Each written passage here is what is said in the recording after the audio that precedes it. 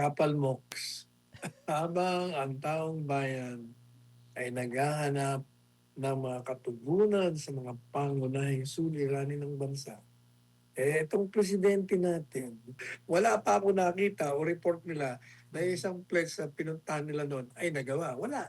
As in, wala. Pero, ayan, sige pa rin ang ano niya, wala siyang pakialam. Gastos ng bayan.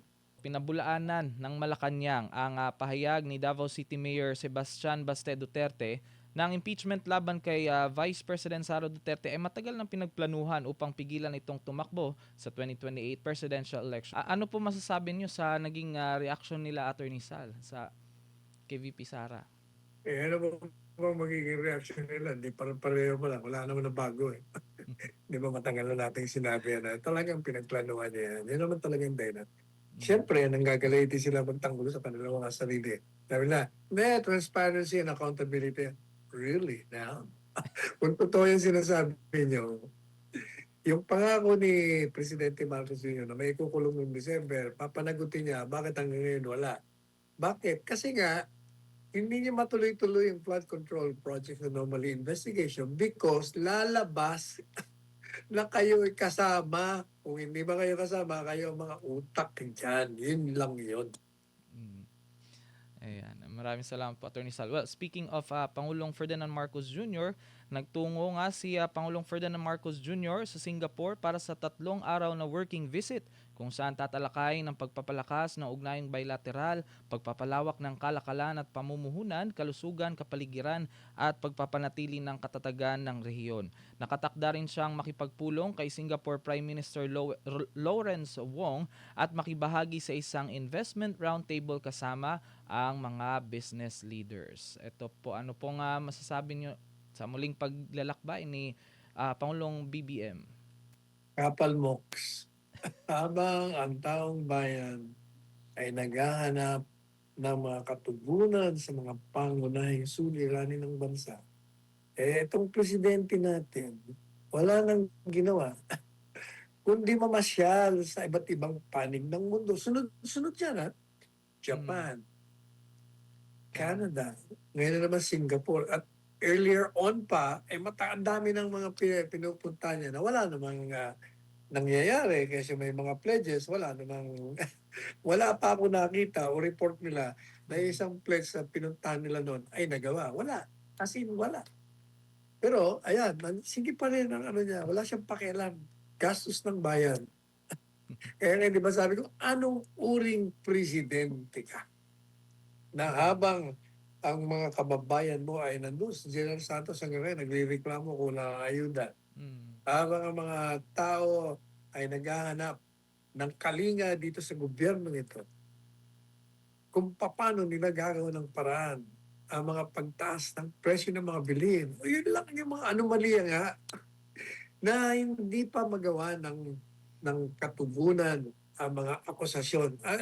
Ang concentration talaga nila, impeachment, conviction ni Inday Sara. Kaya talagang, ay nako, sabi nga natin sa article natin, the clock is ticking. Tick-tock, tick-tock. Nalalapit na ang pagbaba ninyo sa kapangyarihan. Well, samantala, Attorney Sal, bahagyang tumaas naman ang satisfaction rating ni Pangulong Ferdinand Marcos Jr. sa ikalawang kwarter ng taon ayon sa pinakahuling survey ng social weather stations. Mula sa 33% noong Marso, umakyat ito daw sa 38% noong June. Pero gayon man, mas marami pa rin ang nagsasabi na hindi sila kontento sa kanyang performance na nasa 45% habang 17% yung nananatiling undecided. Dahil dito, umangat yung net satisfaction rating ni BBM, ni Pangulong BBM mula negative 15 o poor noong Marso tungo sa negative 7 o neutral nitong Hunyo. Pinakamataas ang satisfaction rating niya sa Balance Luzon habang nananatiling pinakamataas ang dissatisfaction sa Mindanao. Isinagawa ang survey, Attorney Sal, noong June 20 hanggang 29 sa 1,200 respondents sa buong bansa. Ito medyo umangat, Attorney Sal. Ano pong masasabi ninyo? Ano? Umangat. Angat ba yung dati na mababa? Ano, wala. Yung, yung sinasabing negative 15% na naging negative something. At negative pa rin. Diyos ko naman. Ano ba yan? Pero, itong, issue pa Attorney Sal, itong sa tinatawag na unvalidated information dahil nga sa Mm. impeachment trial, sinabi ni NBI Regional Director Jeremy Lotok na itinuturing ng NBI bilang unvalidated information yung sinasabi nga Operation Romanov na iniuugnay sa umano'y banta sa buhay ng Vice Presidente. Ayon sa kanya, yung kanilang sa kanilang open source investigation, unang lumitaw yung terminong Romanov sa isang talumpati ni Davao City Mayor Sebastian Duterte sa isang hakbang dun sa Maisog Rally kung saan nga binanggit umano nito ang pamilyang Marcos. At dagdag pa niya, hindi nakapagbigay ng sapat na ebidensya yung kampo ni VP Sara upang patunayan nga yung umano'y plano laban sa kanya at hindi rin dumalo yung vlogger na para maipaliwanag yung kanyang mga pahayag. At samantala, iginiit din ni Senator Alan Peter Cayetano na may manipis na hangganan sa pagitan ng isang babala at saka sa isang banta.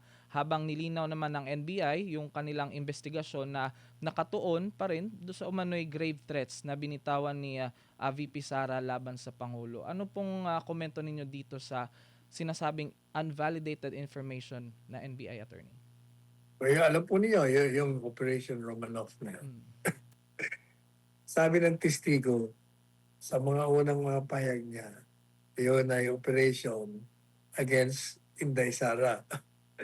Pero sabi niya kagabi, hindi pala daw operation pala against the family ng Marcos. Nagkaloko-loko na. Yan ang problema. Kaya nga sinabi kong how siya ang investigasyon kasi talaga naman kalokohan lang yung ginawa nilang investigasyon. Talagang ang kanilang ang kanilang plano from the very start ay mag-file ng kaso. Kahit na yung kaso ng pinafile nila ay wala namang batayan at ginawa pang impeachable offense. Gaya nga ng pinupunto ng mga iba doon kagabi. Yung grave threats mo, ang penalty niyan, maliit. Ganun din yung inciting to sedition mo, available pa. Paano naging high crime yan? At betrayal of the public trust. Doon lang may problema na siya. Tsaka talagang makikita niyo na paiba-iba ang kanyang mga salaysay. At the same time, ang klarong-klaro talaga ay umiiwas siyang sagutin ng diretso ang mga katanungan. Palagi siyang iwas dito, iwas puso siya palagi. Ginagamit niya ang kanyang pagkabugado. Kaya tuloy itong defense lawyer, nayayabot na rin. Panay objection niya kasi tama naman. Ito naman si Bugoy na, kabilang abogado. Ayun pa rin, yung kanyang pagkakataon, he shot at prominence. Pagkakataon niya na sumikat dahil ilang araw na siyang nasa TV. Naku talaga naman. Yung tanong na po pwedeng isang sentence lang, inaabot ng ilang paragraphs bago makatanong Talagang gusto nilang pahabain ng mga tanong niya para yung camera nakapokus sa kanya matagal siyang nandun sa screen.